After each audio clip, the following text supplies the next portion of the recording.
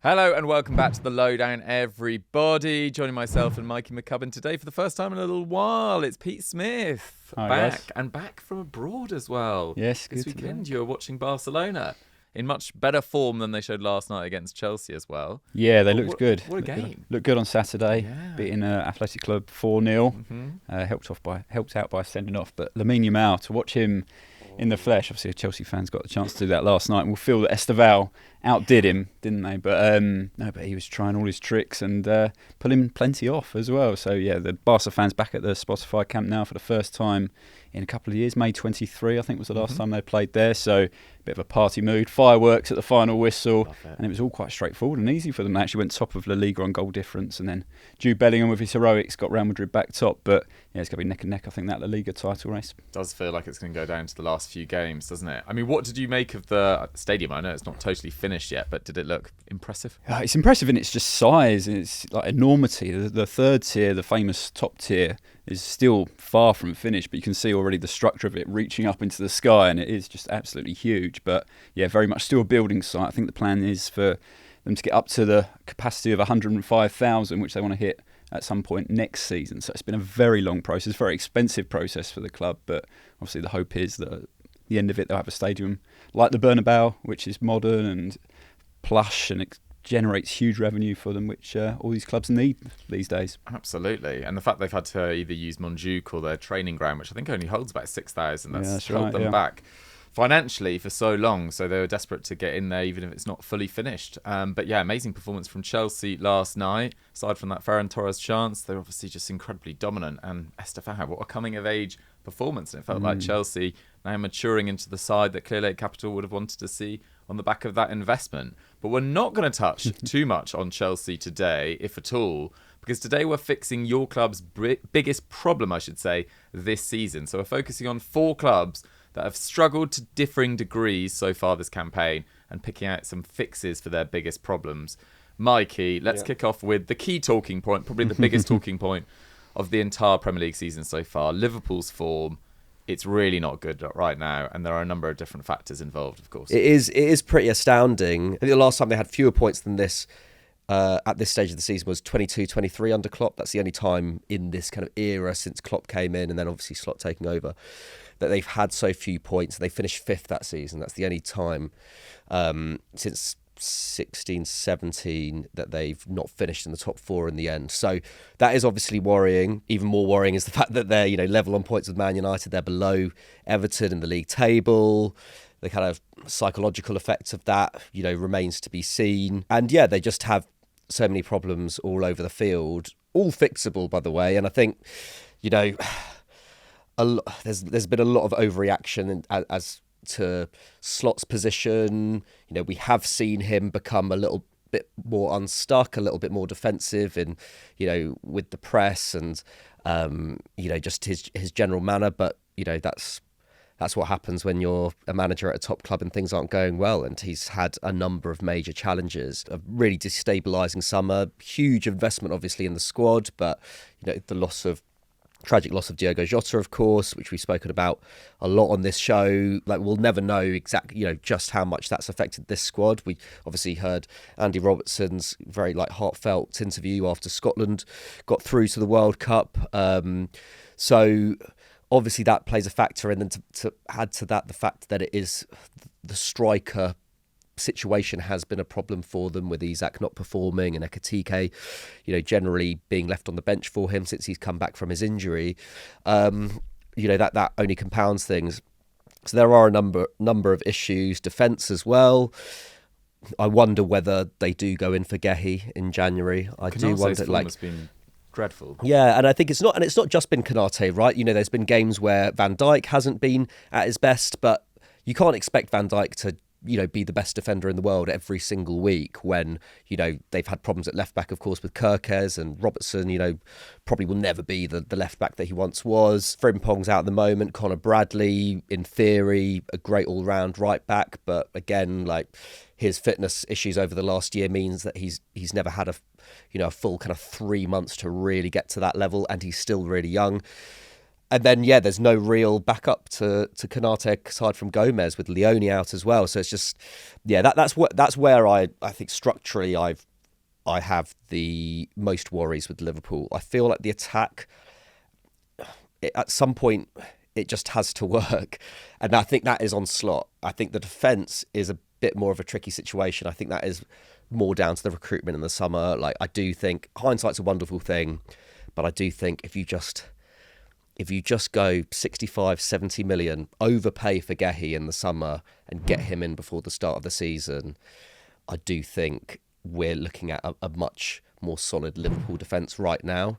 They were willing to overpay on Isak, that British record transfer fee. They were willing to spend huge money on Florian Wirtz to get him in at the start of the summer. Centre-back was always a glaring area of the squad that needed addressing in the summer. And Leone, if he doesn't get injured, maybe he comes into this team and he hits the ground running. But at 19 years old, that's a lot to ask. So that would be one solution, is just going in for Gehi in January.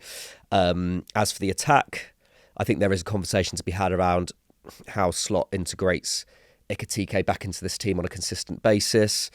I think, him and Isak have both played in front twos in the past. The problem is that Slot has basically never played a front two throughout his managerial career at Alkmaar or Feyenoord. And then obviously you have the problem of, well, who do you drop then if you have those two playing? Because probably one of Gakpo, Salah or Wirtz has to go. He's obviously, played Wirtz sparingly in recent weeks. And how does that shape up? Do you play a 4-4-2? Do you go to a back three? But there has to be a way of getting Ekitike back into this team, because he is by far their most dangerous attacker this season. I think that's the thing. Like, even when in those early weeks when Liverpool weren't playing so well, Ekitike was kind of the guy who you were like, okay, this guy can do something here, in a way that Salah was that guy last season. Gakpo, I think, relies on Salah playing out of his skin in order to find those spaces at the back post. So I just think Ekitike has to be back in this team. I know we've been said it before, but he has to be starting every week for me. Well, I think you've looked very nicely at the kind of issues in defence and an attack. And as you say, there's not just one quick fix for this Liverpool situation. It might just be one of those seasons where it's all about finishing the top four and kind of going again, which will be ultimately really disappointing. I'm sure a lot of rival fans will point out, is that really acceptable, having spent that amount of money? But there's clearly extenuating circumstances.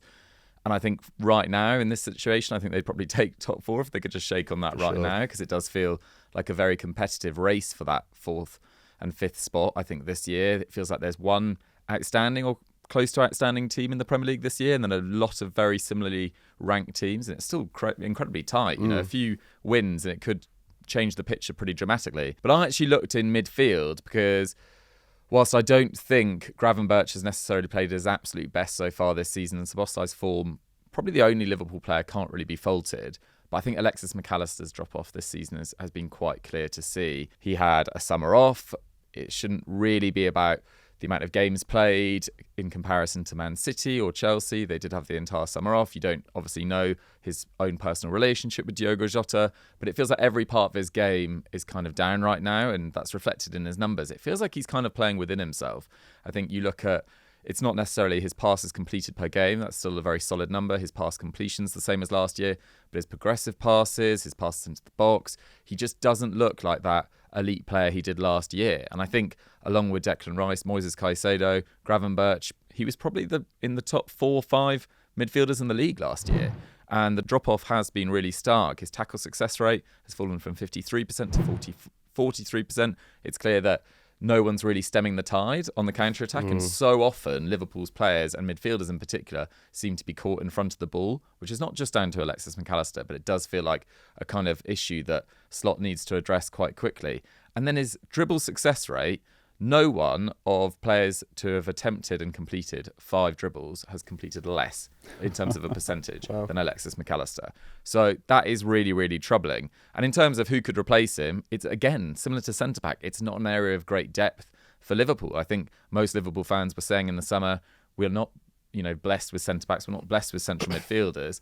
But I think there's an argument that Curtis Jones probably needs to be given a consistent run and a side, especially a side that are struggling in terms of the rhythm of a game and maintaining kind of intensity and momentum. Curtis Jones maybe we'll never have the goals or an assist of an Alexis Mac Allister at his very peak and the defensive impact of someone like Gravenberch. But what he is absolutely elite at is retaining the ball. And I think a little bit of calm in a bit of a storm in the Premier League and get a bit more of a grip on the game could go a long way. Because Curtis Jones is now 24, and I don't think Liverpool would want to lose him next summer. But there's an element of, are you ever going to become a star at Liverpool? And I wonder whether him and his camp are thinking he's probably got England ambitions in the next few years. He's watched Wharton. He's watched Anderson step into this England reckoning. Does he see a future at Liverpool in terms of his overall sort of career trajectory? Because even this season, there's only 3 games in the league where he's played more than 29 minutes, which is pretty damaging. And he's had good games in the Champions League, particularly against Eintracht Frankfurt. Played against Brentford in the next game and then was dropped after that. And it feels like he's always the fall guy of Liverpool's midfield. And I think it should probably be right now Alexis Mac Allister that steps out, Curtis Jones in. So that's my kind of midfield fix.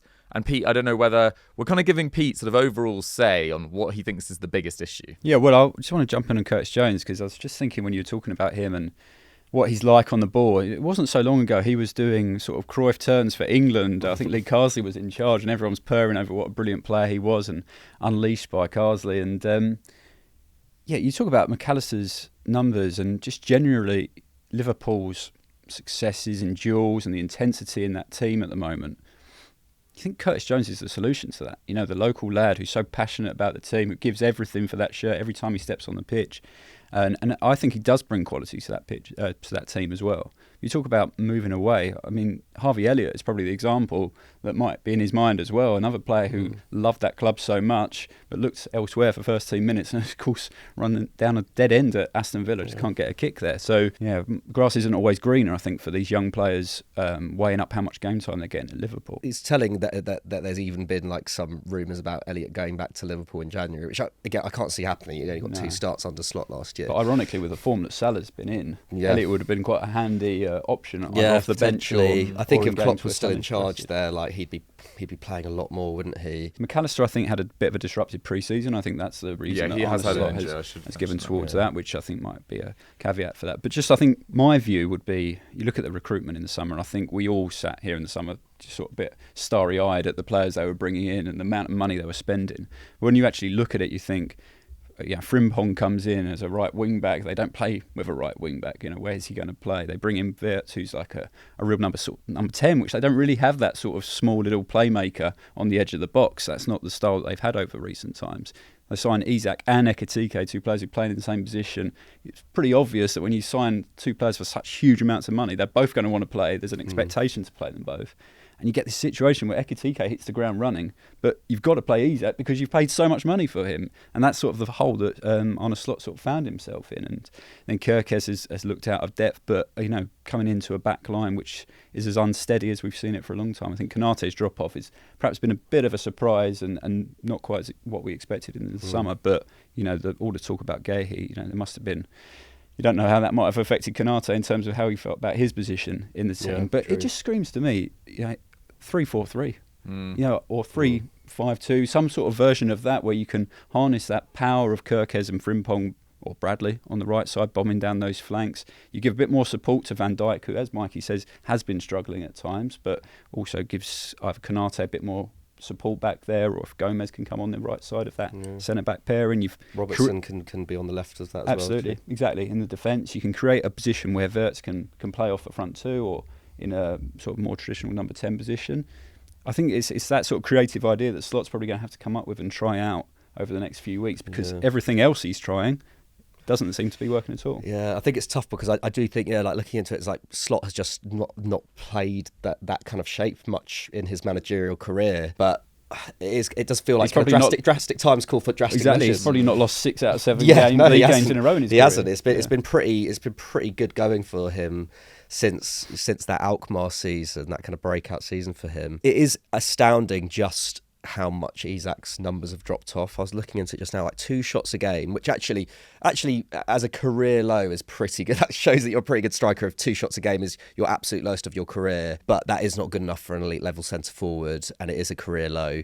And then on top of that, I saw He's only putting 14% of those shots on target. He's averaging a shot on target every 3 games at the moment, which is mad. And also, the chances that he is getting tend to be closer to goal than in the last few years. And obviously, this is a small sample size. It's only 4 games, but it's just in a Liverpool team where the attack, has been faltering, but this is still a Liverpool team that do create chances even in a bad game. They do tend to create at least 1 or 2 chances where you're they either should or have a decent chance of scoring that. That is a worry for me, at least in terms of I'm sure Isak's such a good striker that he will at some point come into form.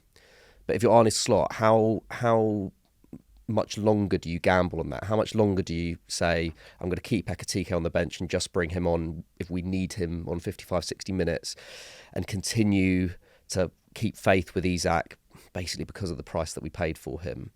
Well, the alternative it's such a gamble. Is to drop Salah, isn't he? Isak and Ekitike played together against Frankfurt in the Champions League. And Salah was benched. And they scored 4 goals in that game, didn't they? I think so. 5, 5 goals. Example there, but it's such a huge call. And this was, I guess, the problem that we were weighing up last season when Salah was such incredible form. You give him the contract. How much longer is this form going to last? But look, last season there was no sign of this drop-off really from Salah right until the final couple of months of the season.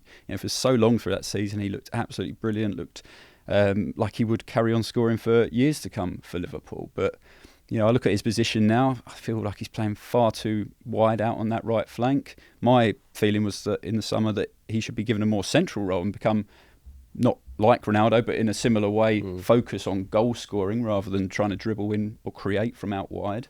I think his creation numbers still seem reasonable, but he's just not that goal threat that he has been because he's not in the positions to take on those shots anymore, I don't think. So, I think Salah is another big problem. He definitely is. He's a big conundrum. It's quite interesting seeing the sort of tide turning in terms of public opinion as well, because it was about maybe 5-6 weeks ago we had an Abeid, a Liverpool fan, on the show, and I suggested switching to a back 5. And he was like, that, I like the kind of thinking, but that will never be accepted at Anfield. And, he's not a reflection of every Liverpool fan, but yesterday he put out a video being like, we need to switch to a back 5. Really? I think it's got to the stage where they are kind of willing to rip up the script a little bit. And you look at, I'm not saying they'll go on and win the league like this, but Antonio Conte switching up his system at Chelsea in that 16-17 year. In November, they finished with, 93 points. I'm not saying Liverpool will go on and do that, but I don't think there's that much to lose given how well or how badly they're playing at the moment and how very few players are thriving in this current system. The problem as well. Stick with it forever. Absolutely. I mean, the problem is opposition teams got that template now for beating Slot. You play direct, you play long, you go over their press, and then you hit them at set pieces, free kicks, corners. That's been something that every team that's got success against them this season has done. And how do you negate that? Then you somehow add more intensity into the team, like we said, maybe bring in Curtis Jones so that press is more vicious and doesn't allow teams to play through it, or you add more numbers in the middle of the park by changing the formation, because right now the current personnel just aren't able to deal with this problem. And as you correctly point out, in terms of the new signings, maybe less so Alexander Isak, but a 3-4-3 or a variation of that, maybe a 3-5-2, that suits Ekitike, it suits Wirtz, it suits Kerkez, it suits Frimpong, and these guys are the guys you've invested in this summer. They are the future of this side, so I think it's definitely worth considering. Right, let's move on to Spurs, because I was lucky enough to be there on Sunday. I mean, I say lucky from a neutral perspective, but I'm sure most Spurs fans would have hated the experience of watching their side get absolutely destroyed by Arsenal. Go check out In the Box as well, which drops on Sky Sports Premier League as well, if you haven't seen that already, where some Spurs and Arsenal fans, very familiar faces, were drip-fed information. It was very good watch as well. Most of them thought that Spurs had won by the end of that.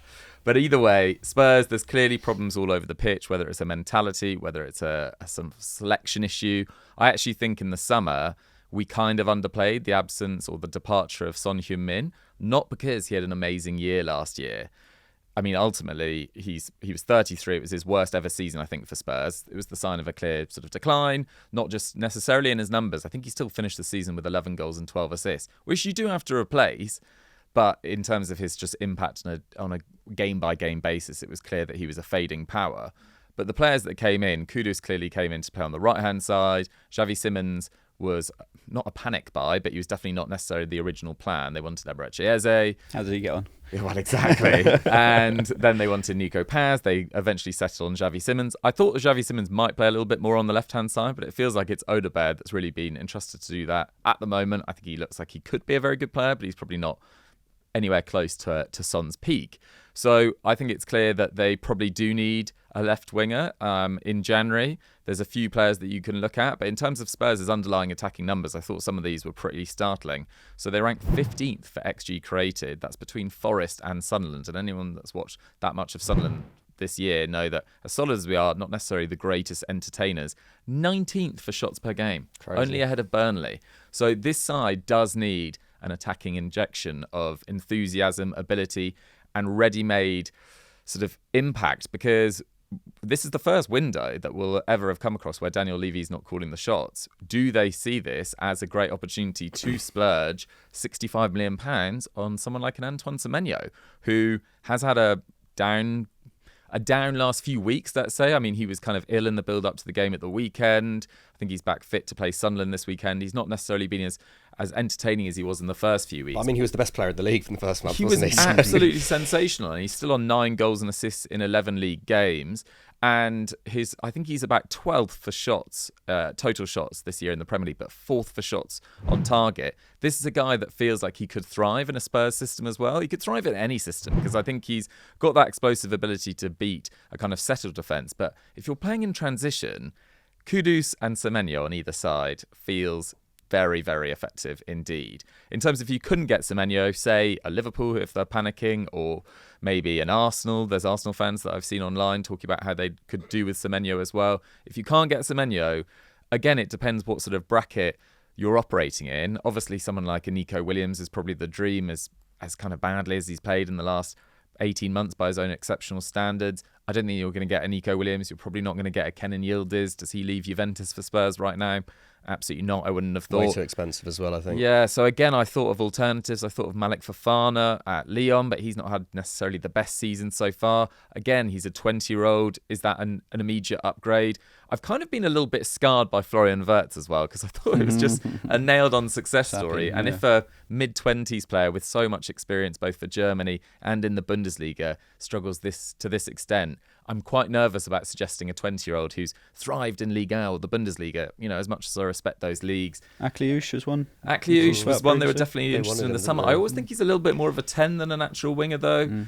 Maybe someone like Antonio Nusa from RB Leipzig, or Yan Diomande started very well there. But again, I just would stay away from that. Semenyo feels like the guy to go for. So for the first time and only time this show, I do think Spurs' biggest problem for me could be fixed by a January move. Yeah, interesting. I don't know whether I still look at this Spurs squad and I think there's a lot to be excited about with it. And again, a bit like with Slot at Liverpool, I think the noise around Frank now is so deafening, and it's just like, this guy's 4 months into the season in his first job since Brentford, where he was, a company man. He was there for years. It's his first time at a properly big club, taking over a squad, an expensively assembled squad, which was, mainly assembled before he got 17th. There. That finished 17th. But are in the Champions League. And it is astounding. And it is like, the one thing I find mad is that, Spurs went from being one of the most entertaining attacking teams in England last year to now being, like you say, second bottom for shots. I think they're generating less XG than Wolves. That swing is it's just mad. And also from a manager in Thomas Frank, who we know from his Brentford days, yes, he set them up very, very well defensively in the Premier League, but was also amazing at getting maximum output out of players like Mbeumo, like Tony, Wissa, Mikael Damsgaard last season, Kevin Schade. I feel like Thomas Frank is almost a bit within himself as well. And I think that was not only in the Arsenal game, but especially in that Arsenal game where we didn't see Pape Sarr come on until, I think it was the 65th minute, by which time they were already 3-1 down. Bergvall was left on the bench.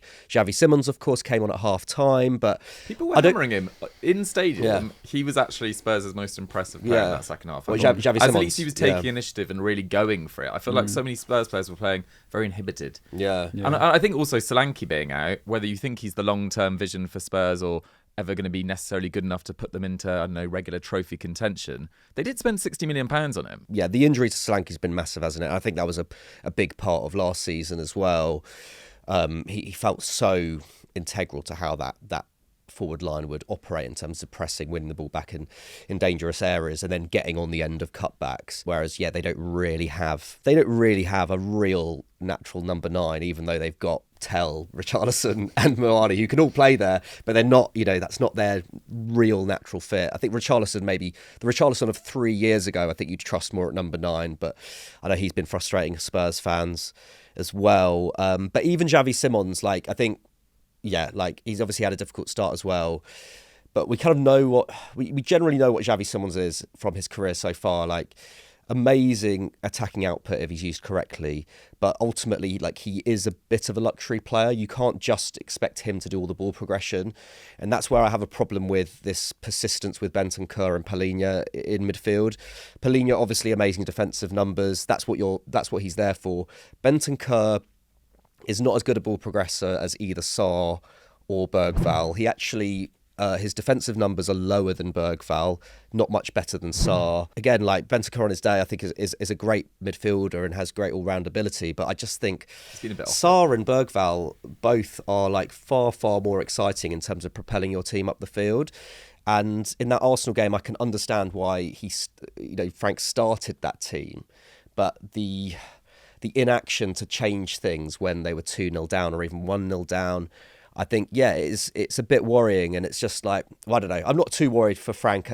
I think I do have faith he'll turn it around, but I think he needs to start being a bit more adventurous. I think he needs to start trusting his instincts a little bit more. If you're looking back at the summer, maybe, if there was one player to take from Brentford to Spurs, maybe it would have been Damsgaard, just because his ball progression in that Brentford team, getting that side from defence into attack was just so superb last year and would have translated really well into this Spurs side. But I do think it starts in that midfield, because when you look at it, they've got pretty good depth, actually. I think Pape Sarr, when he's starting regularly, I think he's in that, honestly, that rung of box-to-box midfielders. He's not obviously at Caicedo, Rice level or Gravenberch level, but I think he is in that rung just underneath. I think if he has a really good couple of seasons, you're looking at a player who's going to be wanted by a lot of top clubs in Europe. I just think you have to play your best players in those positions, I think. Okay, Pete, two different suggestions there. Spend £65 million on Semenyo or use the players at your disposal in midfield. Where do you want to go? Well, I think you're right. There definitely needs to be players coming in. I think Semenyo would be absolutely amazing for them. But, I think we haven't mentioned Kulusevski and we haven't mentioned James Maddison. And I think if you have those two players in your team, Tottenham look very different on the front foot. I think there's also this idea that you hire Thomas Frank for brilliant work he's done at Brentford, but you don't want him to turn Tottenham into Brentford. You don't want them to play like Brentford. You want Tottenham's history of the way they play football, the way their fans demand football. And it's a real swing the other way from Ange Postecoglou's gung-ho football. But of course, we know how he won the trophy in the end and shoring them up. But so far, you look at the metrics and, any sort of semblance of pressing on the front foot has gone for a team that sits much further back. And I thought it's quite an alarming quote, from Thomas Frank, where he said, we went to the Emirates with this idea of pressing high and winning the ball high up the pitch, but we just didn't. We just sat really deep. It's well, you're telling the players to play this way. Why aren't they playing that way? You mentioned about the players wanting the ball as well, Dougie. There's a clip just before one of the Eze goals where Tottenham have a throw in and literally no one's coming for the ball. No one's showing for the ball. And okay, they're getting beat up at the home of their rivals, but the lack of character there was a bit of a worry, I thought, there as well. So Tottenham have got problems, and I think it's their league position is a bit deceptive because they have picked up decent results. They picked up that win against Man City early in the season. I seem to remember Nuno picking up a win against Man City quite early on in his Tottenham reign as well. So I think that transition was always going to be an interesting one for Thomas Frank from the Brentford bubble, where he just controlled the whole club, going into this huge club and the expectations there and the scrutiny on everything he does and the egos of the players that you have at a club like that as well, and the demands that they've got from the manager or the expectations they have from the manager and the way the fans want them to play. But you're playing a completely different style now to how Ange Postecoglou played in the Premier League and getting pretty much the same results in pretty much the same league position. And the attacking metrics you mentioned earlier are a real shock. So in terms of getting more from the players they've already got, it doesn't look like he's doing that so far. He's been there a period of months now already. So it looks like something from the outside needs to come in and liven them up. Yeah, I think that's the angle I'd go for as well, although I do definitely accept Mikey's point. It's difficult, isn't it? Because this is a side that conceded over 60 league goals last year, so you can see why they went, we need to change something quite dramatically. But then also, you're trying to make them more defensive whilst also losing arguably, some Spurs fans say their best player of the last 10 years in Son, at least their most consistent, along with Harry Kane. But even a lot of Spurs fans kind of prefer Son's legacy there. I think it is right, though, you bring up the injuries there. Like Maddison and Kulusevski are huge misses. Like Kulusevski alone makes that attack way more functional. The problem is that there's still that gaping hole on the left. Like they've got so many players who can play in that 10 role, including like Bergvall and Sarr. Like they can both play there if needs be as well.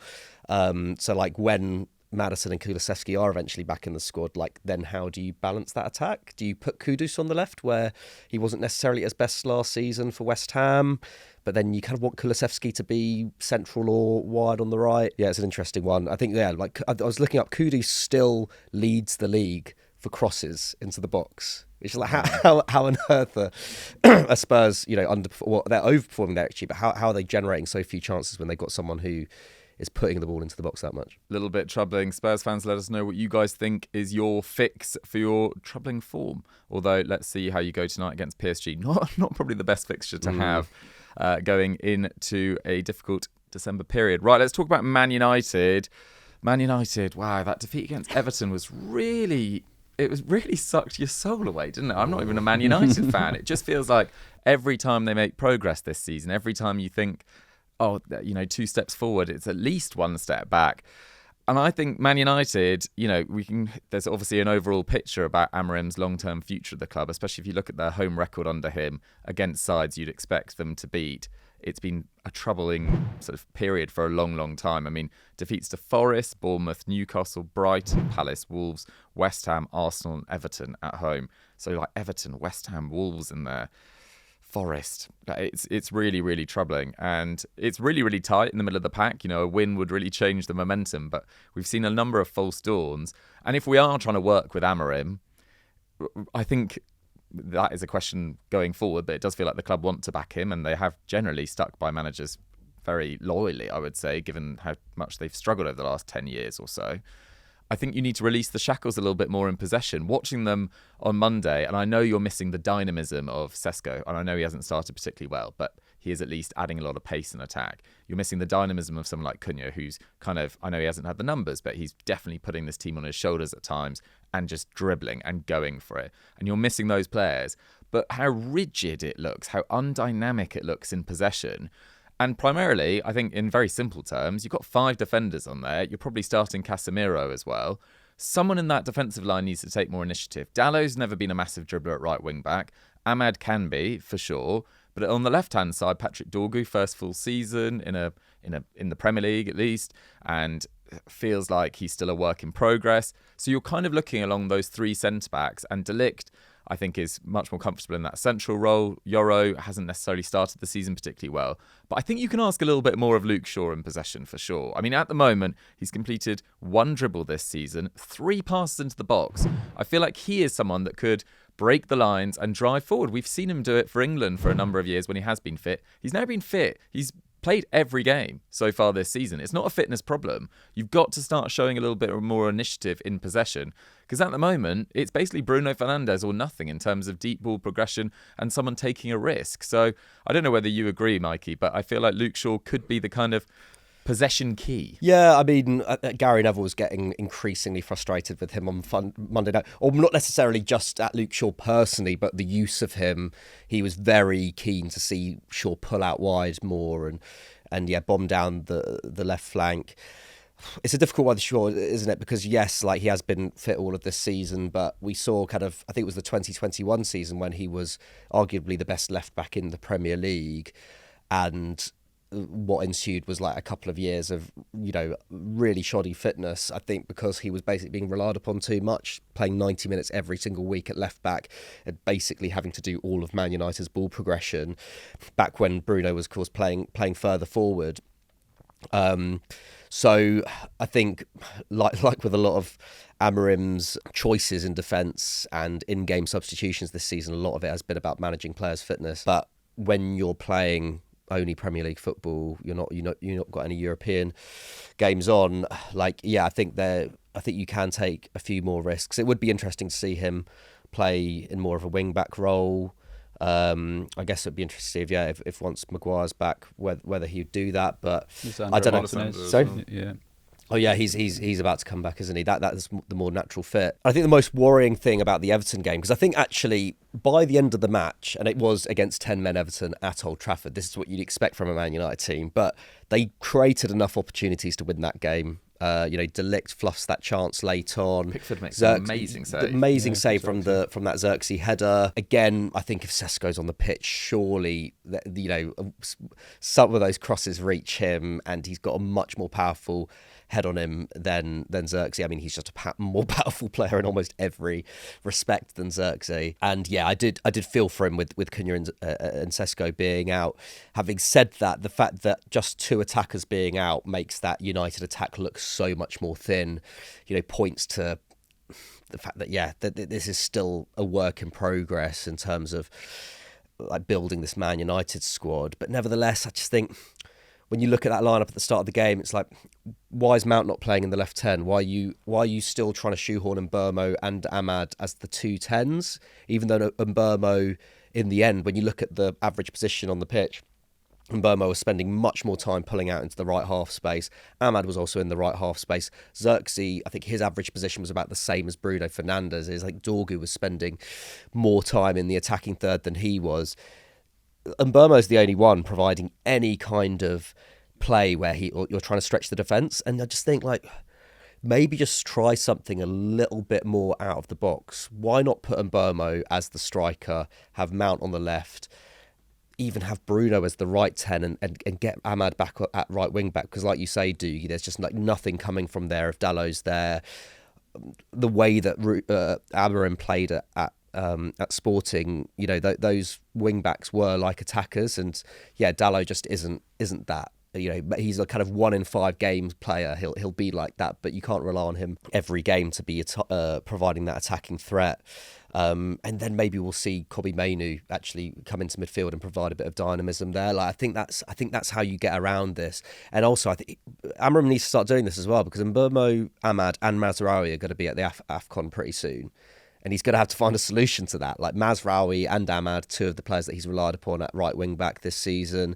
Obviously, Mbeumo has been by far Man United's most important attacker this season. You need to start trying different things. And I think I don't really see how he persists with Bruno in a deep position when that front three needs to be filled come December and January. Maybe he'll still persist with him there and just put Xerxes as the right 10. Which is fine, I guess, but I don't know. I feel like we need to see more Kobbie in this team and earlier on in games. I think you need to play him into form. It's going to be a long-running issue, isn't it? It feels like they're kind of competing, Amorim and Kobbie, to say who can outlast each other, because it just doesn't feel like he's got a future. Yeah, I mean, I guess the other... Sorry, go on.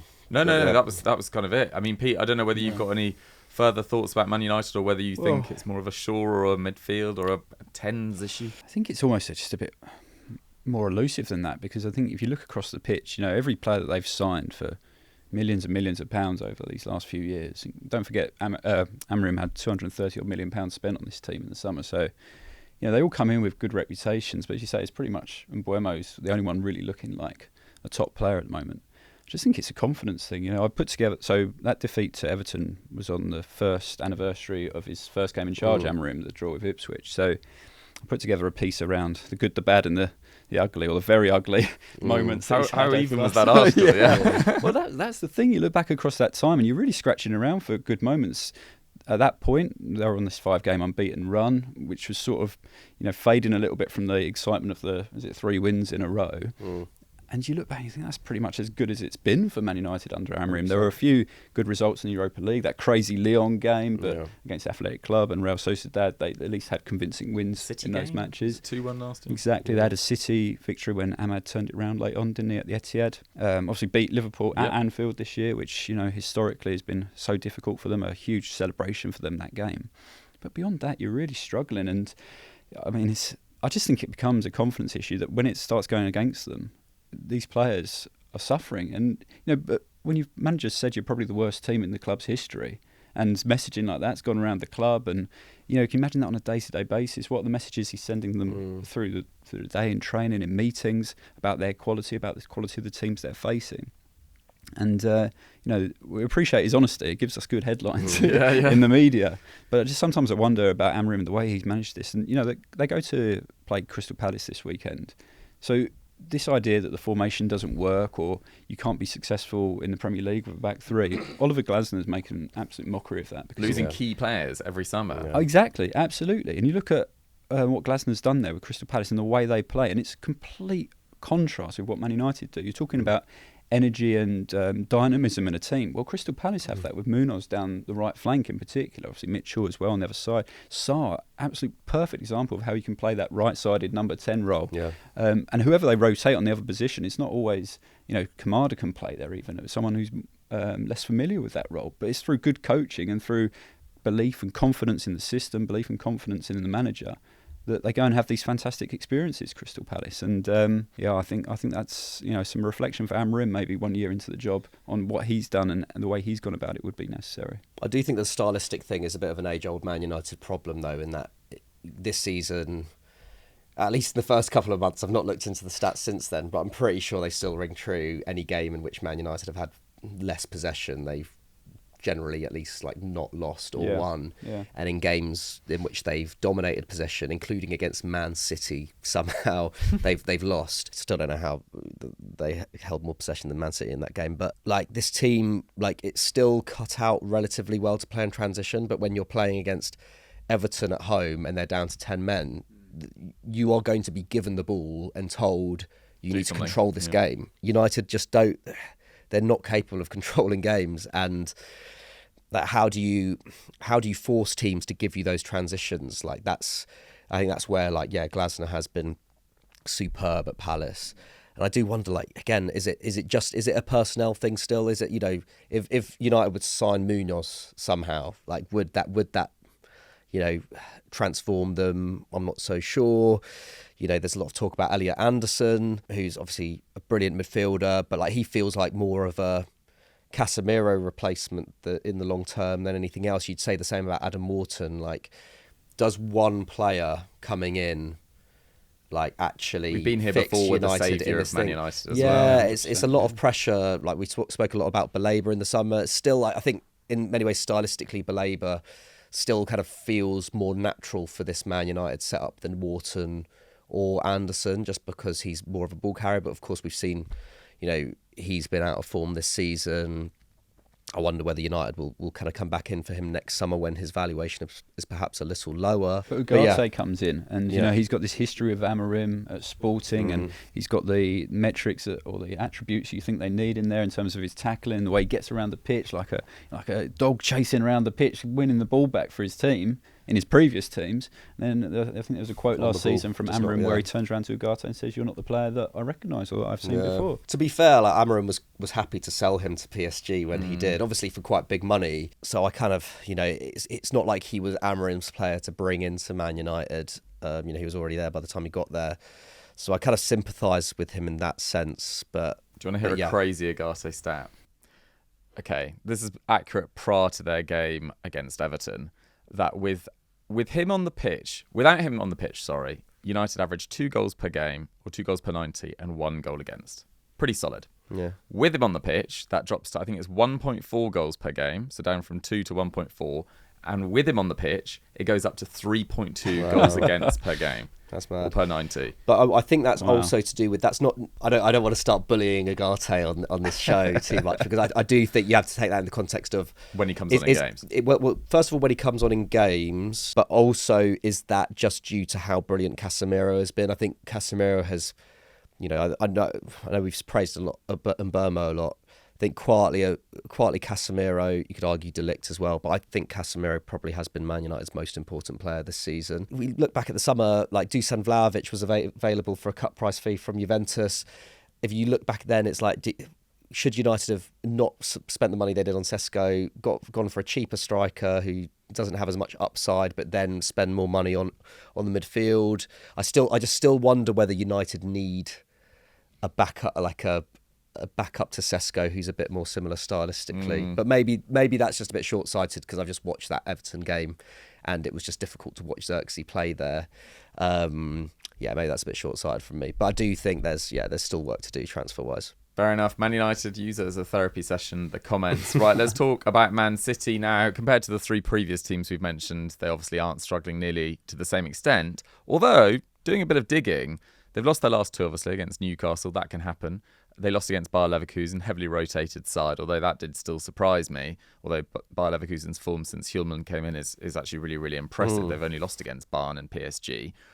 But Man City have now lost 13 league games since the start of last season. In the 3 previous seasons, they lost 11 combined.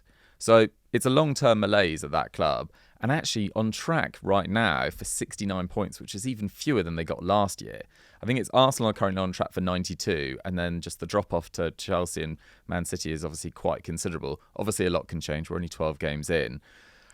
I think it feels a little bit harsh what I'm about to say, and obviously it's somewhat injury related. Like Rodri is still coming back to full fitness, Kovacic has been out for a while, Reinders is still finding his feet. I actually think Nico Gonzalez is starting to look much, much better, at least than he did last season, although it's always very difficult to join a new club in January.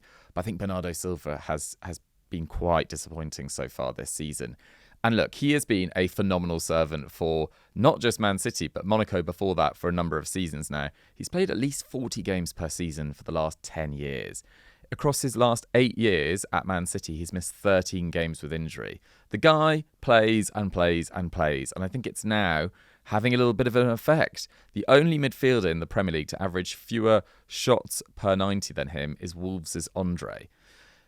That is quite startling. He's yet to have a shot on target so far this season. His chances created have dropped. His defensive actions have dropped. But it's really his dribbles completed. They've gone from 46% completion rate, which is quite poor for a midfielder anyway, to 18%, which is really, really troubling. It's never been below 44%. So he's not offering anything in the final third. His defensive numbers are down. He's not offering anything in transition now.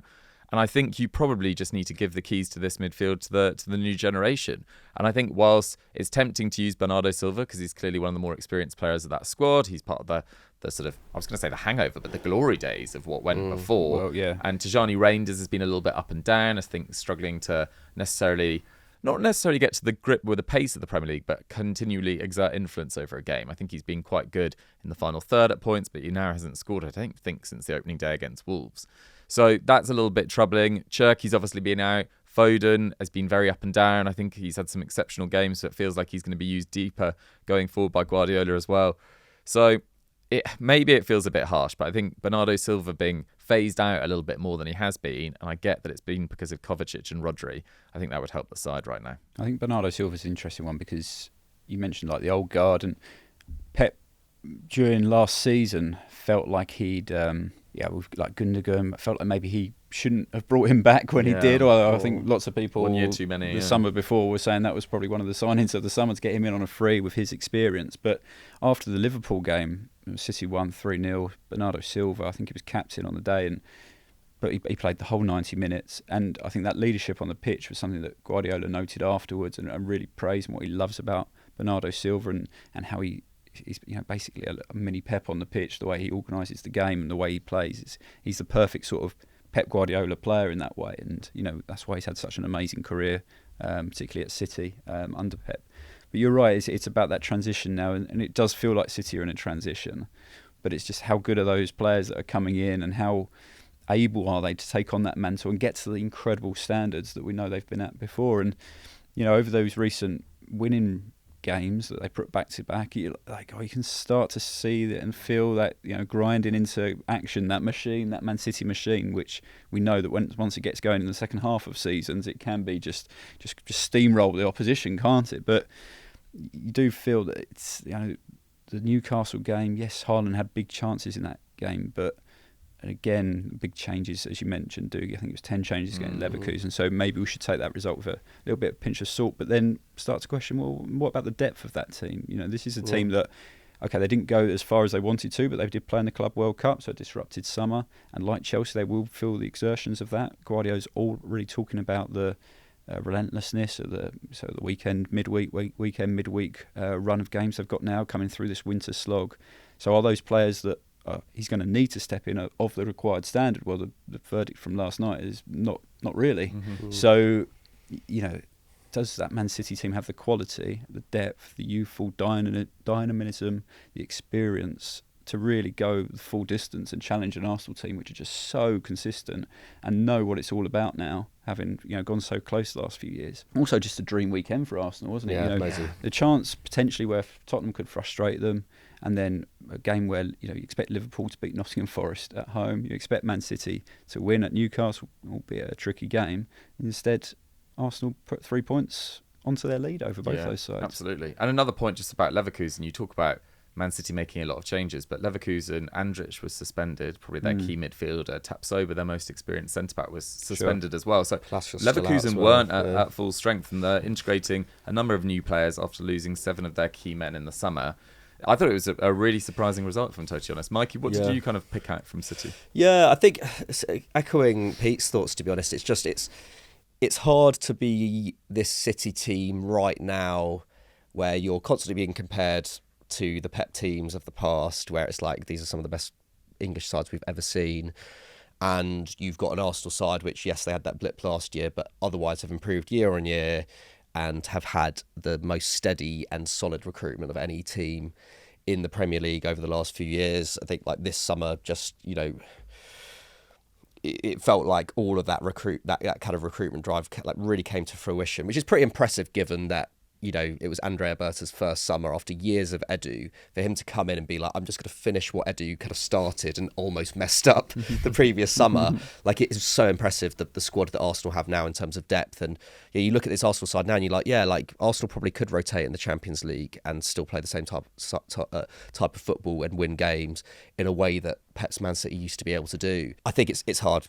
Arsenal look very, very comfy right now, and if City are going to really come back into this title race, they just have to win games and hope that Arsenal slip up. That's all they can do. I'm not as worried about Man City as I was at the start of the season. I think that attack, I think in particular the progress of Jeremy Doku is amazing. It's a testament to how Pep continually proves people wrong. The kind of the years of him having Sterling, Mahrez, Sane, it felt like whoever was going to come in and try and replace those guys was always going to have a tough ride of it. And Doku came in so raw, an amazing dribbler, but with very little end product from his time in France as well. Wasn't first name on the Rennes team sheet before he moved to City.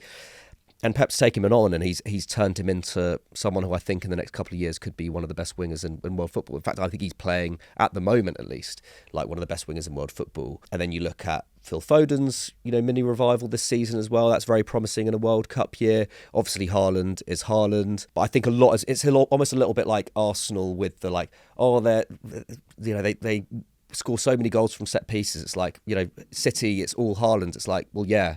As long as he stays fit, that's fine. Haaland is the best striker in the world, and I mean, arguable that Harry Kane's been amazing this season as well. But I think Haaland's still the best goal scorer in the world. Do you know who Man City's second top scorer is? Is it Doku now? Or no, or Reinders? I'm not even sure. Maxime Esteve own goals. Oh God, yeah, of course I forgot about that. Crazy. But I think the goals are starting to come from elsewhere on the pitch as well. I do have faith that will help with that as well. Yeah, and Doku's creative numbers have become so good that obviously if Haaland gets injured, there's maybe a bit of a problem there. But I do.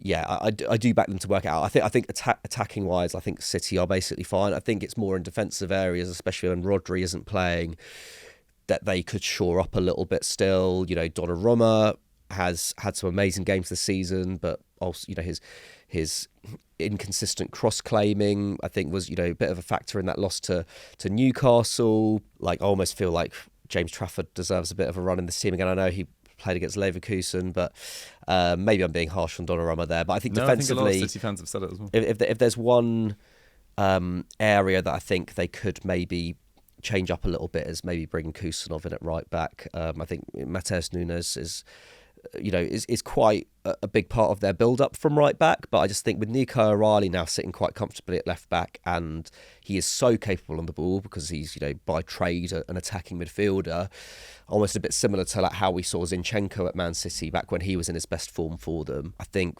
Kusanov, with his recovery pace, I think he makes almost 5 tackles and interceptions a game. Shame that he got injured quite early in the season, but he's back in the fold now. Didn't have a great game against Leverkusen positionally, but I do think at right back, having someone like Kusanov there allows that City team to attack with more freedom, and also with the knowledge that they've got someone back there who can kind of save them on the break. So yeah, that would maybe be my little tweak. If we want to see Man City kind of... I like it. Yeah. Well, they probably don't need, open heart surgery, do they? But yeah, a few tweaks here and there, a bit more time for some of those new signings, and we'll see where they finish. Guys, that was the Lowdown for another week. I hope you guys enjoyed our suggestions about how to fix your club's biggest problem. But get your thoughts in the comments section. There's nothing like people that watch your side every minute of every game, and your thoughts would be valued in there. Big thanks to Pete for coming back from the new camp straight into the Lowdown studio. Thanks to Mikey back from NYC, and we'll catch you soon. Bye-bye.